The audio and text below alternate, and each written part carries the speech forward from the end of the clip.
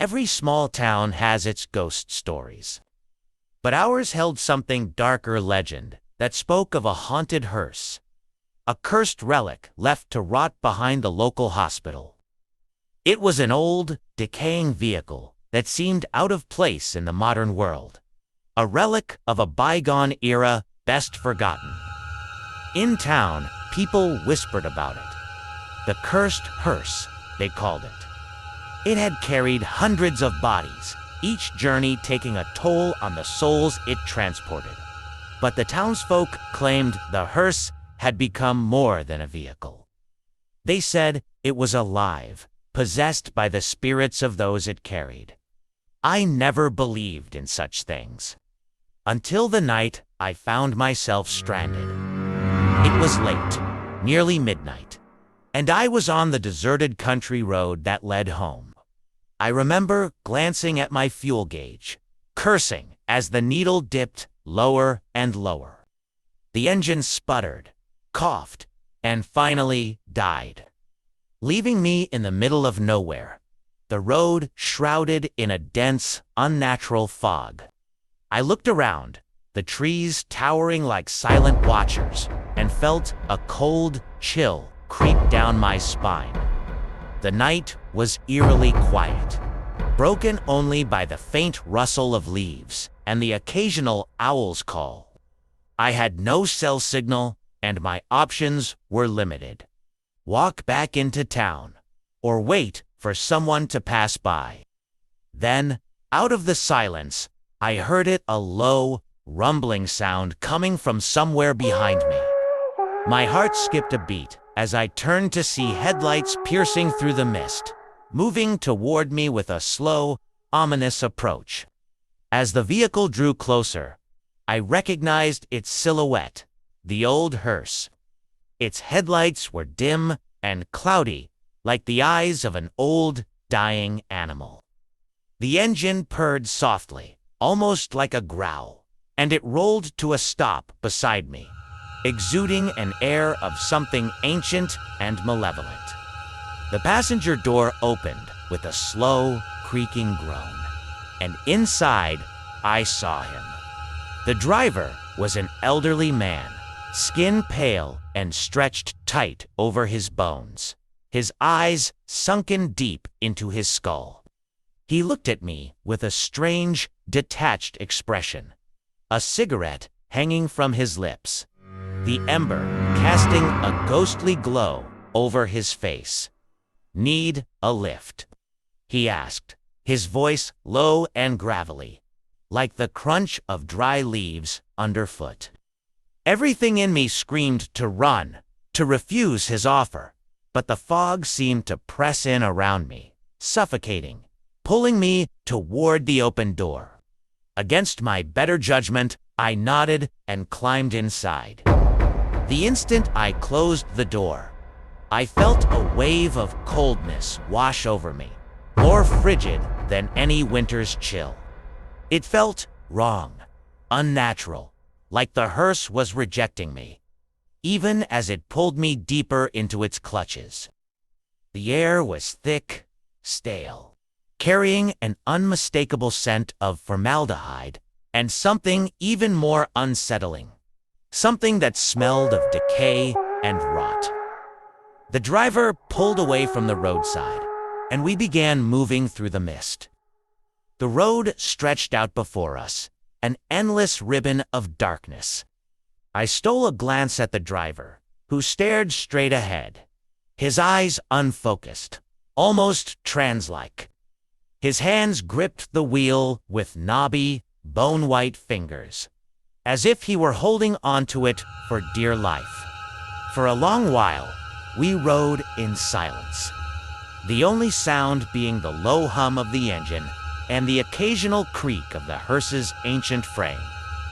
But as we drove, I started to feel an odd sensation, a tingling at the back of my neck, like I was being watched. My skin prickled, and I felt a presence, a weight in the air that grew heavier with each passing second. Then, from somewhere behind me, I heard a soft, whispering voice. "Help me, please." I froze, my heart pounding as the whisper echoed in the confined space, filling my ears. It was faint, barely more than a murmur, but unmistakably human, full of desperation and fear. I turned my head slowly, glancing into the back of the hearse. Through the rusty grille that separated the front from the rear, I saw shadows shifting, moving in the darkness. My pulse quickened, a cold sweat breaking out on my forehead. I looked back at the driver, who seemed completely unfazed, his gaze fixed on the road. I tried to tell myself it was just my imagination, a trick of the fog and the darkness, but the voice came again, louder, more insistent. "Please, don't leave me." The words sent a chill down my spine. I clenched my fists, my mind racing. The voice was so close, so real, as if someone were right behind me, reaching out, pleading for help. I turned fully in my seat, pressing my face against the grille, peering into the darkness. And then I saw them. At first, they were just faint shapes, shifting shadows that flickered and moved. But as I stared, they began to take form, faces emerging from the darkness spale, hollow-eyed, twisted in expressions of agony and despair. Their hands pressed against the glass, skeletal fingers reaching out as if they were trying to break through to escape. Their eyes were empty, black voids that seemed to pierce through me, filling me with a bone-deep dread.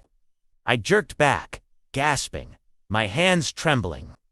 I looked at the driver, my voice barely a whisper. Who are they?" He didn't turn, didn't even blink. His voice was cold, detached, as if he'd answered this question countless times before. "They're the lost ones," he said simply. "Passengers who thought they could escape. But once you're in the hearse, you belong to it. Forever." I felt my blood run cold, my mind struggling to process his words. The lost ones. Passengers who could never leave. I looked back at the shadows, at the faces pressed against the glass, their mouths open in silent screams, their eyes pleading, full of despair. They were trapped, bound to the hearse, their souls forever caught between life and death.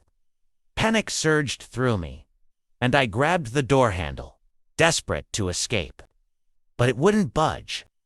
I yanked on it, harder and harder, but it was as if the door were fused to the frame, locking me in.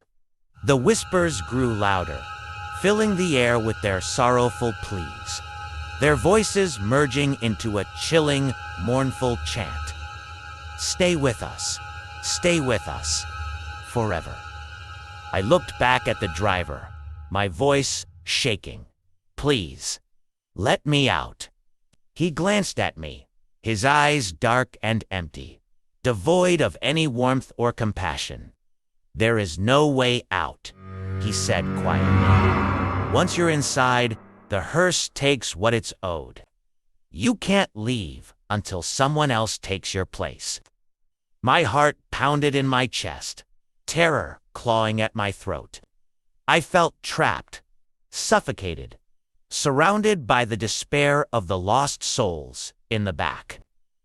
I could feel their misery seeping into me, their despair wrapping around me like chains, dragging me down into the darkness with them. As we continued to drive, the world outside the hearse began to change.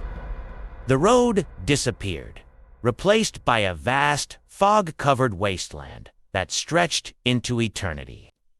The trees, the familiar landscape pall of it, was gone, swallowed by the mist. It was as if we had crossed into another realm, A place where time and space held no meaning, where only darkness reigned. I turned to the driver, my voice barely a whisper. Where are we? He didn't answer. His face had changed, his skin pale and stretched tight over his bones, his eyes black and hollow. He looked more like a corpse than a man, a specter driving me to my doom. He turned to me, his mouth twisting into a twisted, unnatural smile. "Welcome," he said softly, his voice echoing in the void. "You're home now." I felt my body grow cold, my vision blurring as the whispers grew louder, their voices filling my mind, consuming me. I tried to close my eyes, to block them out, but they were everywhere, their sorrow, their pain, wrapping around me, pulling me deeper into the darkness.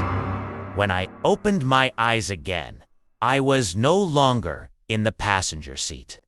I was in the back, surrounded by the shadows, the lost souls who had come before me. I could see their faces, their eyes empty and hollow, their expressions twisted in eternal despair. And I realized, with a sickening dread, that I was one of them now. Another lost soul, trapped in the hearse, bound to its endless journey. I screamed, a sound that echoed into the void, blending with the voices of the others, becoming part of the chorus of despair. The hearse rolled on, moving through the fog, carrying its cargo of souls into eternity. Searching, always searching, for the next passenger to take my place. The darkness enveloped me, suffocating and consuming. I was aware of every sound, every shift in the mist. The low rumble of the hearse's engine echoing into a void that seemed endless. Time had lost all meaning. Minutes felt like hours, and hours like days. The other souls, the lost ones, surrounded me, their faces pale and hollow, their eyes full of despair. I could feel them pressing in, their icy hands brushing against my skin, their whispers mingling with my own thoughts. I was one of them now. But even in the depths of that despair, something in me clung to a shred of hope, a small, stubborn ember that refused to be extinguished. I needed to escape. Somehow, I would break free of this cursed vehicle, even if the others had lost hope long ago. I looked at the driver. His face was gaunt, almost skeletal now, his eyes black voids that seemed to see straight into my soul. I thought about speaking, demanding my freedom, but I felt the words catch in my throat. The weight of the others' suffering, their centuries of entrapment, held me silent. But then, something strange happened. The whispers in the back faded, and a new voice cut through the silence, a woman's voice. Soft yet commanding, full of urgency and conviction. "You don't belong here," the voice said, clear and unwavering. I turned, trying to find the source, but all I could see were shadowy figures, their faces twisted in despair. "You don't belong here," the voice repeated, stronger this time. And with those words, a faint light appeared in the back of the hearse, piercing the darkness. I watched, captivated, as the light took form, slowly coalescing into the figure of a young woman. She looked out of place in the hearse, her face warm and alive, her expression determined. She gazed at me with piercing eyes, filled with an emotion I hadn't seen in what felt like an eternity. "Hope, who are you?" I stammered, my voice barely more than a whisper. She smiled, a soft, sad smile that held secrets and sorrows beyond my understanding. "I was like you once, a soul, who thought she could escape the hearse. But unlike the others, I found a way. I found a crack, a weakness in the curse. My heart raced. How? How did you escape? The woman looked at the driver, her eyes narrowing with disdain. He draws his power from fear and despair. As long as you believe you're trapped, you'll never be free. But if you can face him without fear, if you can confront him with courage, the curse weakens. I glanced at the driver, doubt gnawing at me. His presence was suffocating, an endless void of malevolence and darkness. How could I face something like that without fear? The woman reached out, her hand hovering over mine. I can help you, but only if you're willing to fight. If you falter, if you let fear take over, you'll be trapped here forever, like the others. I hesitated, feeling the weight of the countless souls around me, their despair pulling me down. But then I remembered my life, my loved ones, the people waiting for me back in the world I'd left behind. I couldn't stay here. I couldn't give up. I'm ready, I whispered, my voice steadier than I felt. The woman nodded, her expression resolute. She took my hand, and I felt a surge of warmth spread through me, a strength I hadn't known I possessed. Together, we turned to face the driver.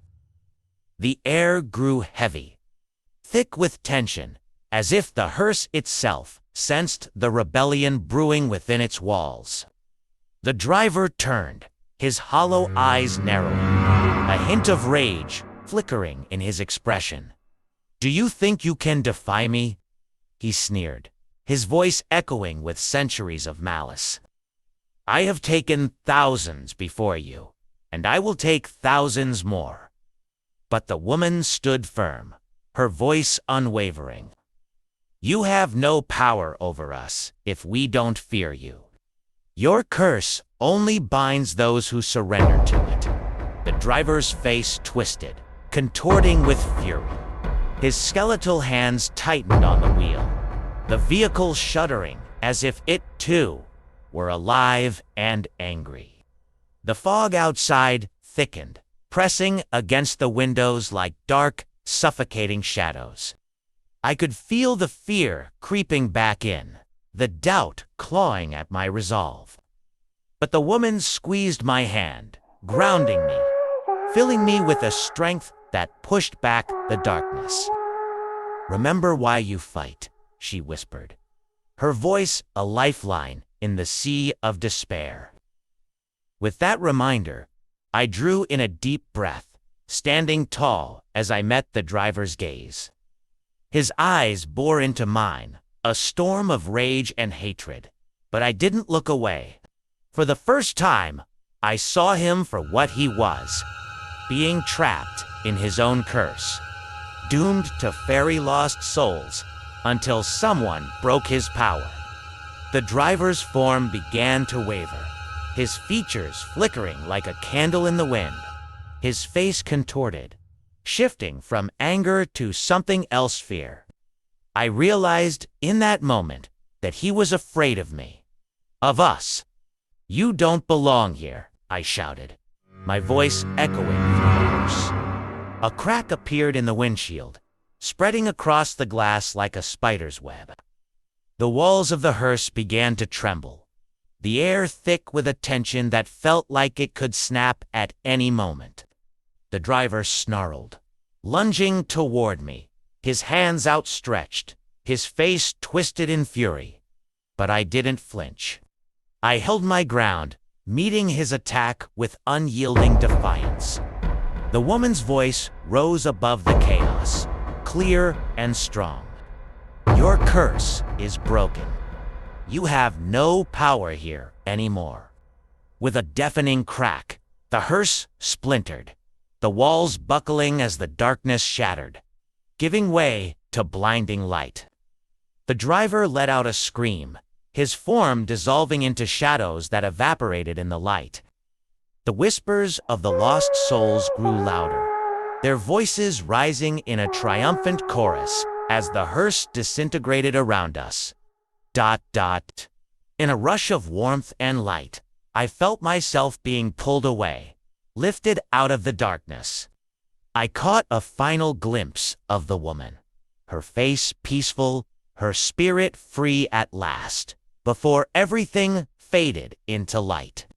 When I opened my eyes, I was lying on the roadside, the fog lifting, the first hints of dawn breaking over the horizon. The road was empty, silent, the cursed hearse gone, as if it had never existed. I took a deep breath, the air fresh and cool, filling me with a sense of freedom I hadn't felt in what felt like an eternity. I stood, glancing back toward the forest, half expecting to see the hearse lurking in the shadows. But there was nothing, only the quiet, empty road stretching out before me, bathed in the soft glow of morning light. As I walked home, the memories of the night lingered, etched into my mind like scars. But I knew, deep down, that I'd escaped something far darker than death. And I would never forget the woman who had saved me. Her voice a beacon in the darkness. Her courage breaking the chains that had bound so many before me. I glanced at the rising sun, feeling a weight lift from my shoulders. I was free. And for the first time in my life, I felt truly alive. Don't forget to like and subscribe so you don't miss the next story. That's all, and thank you.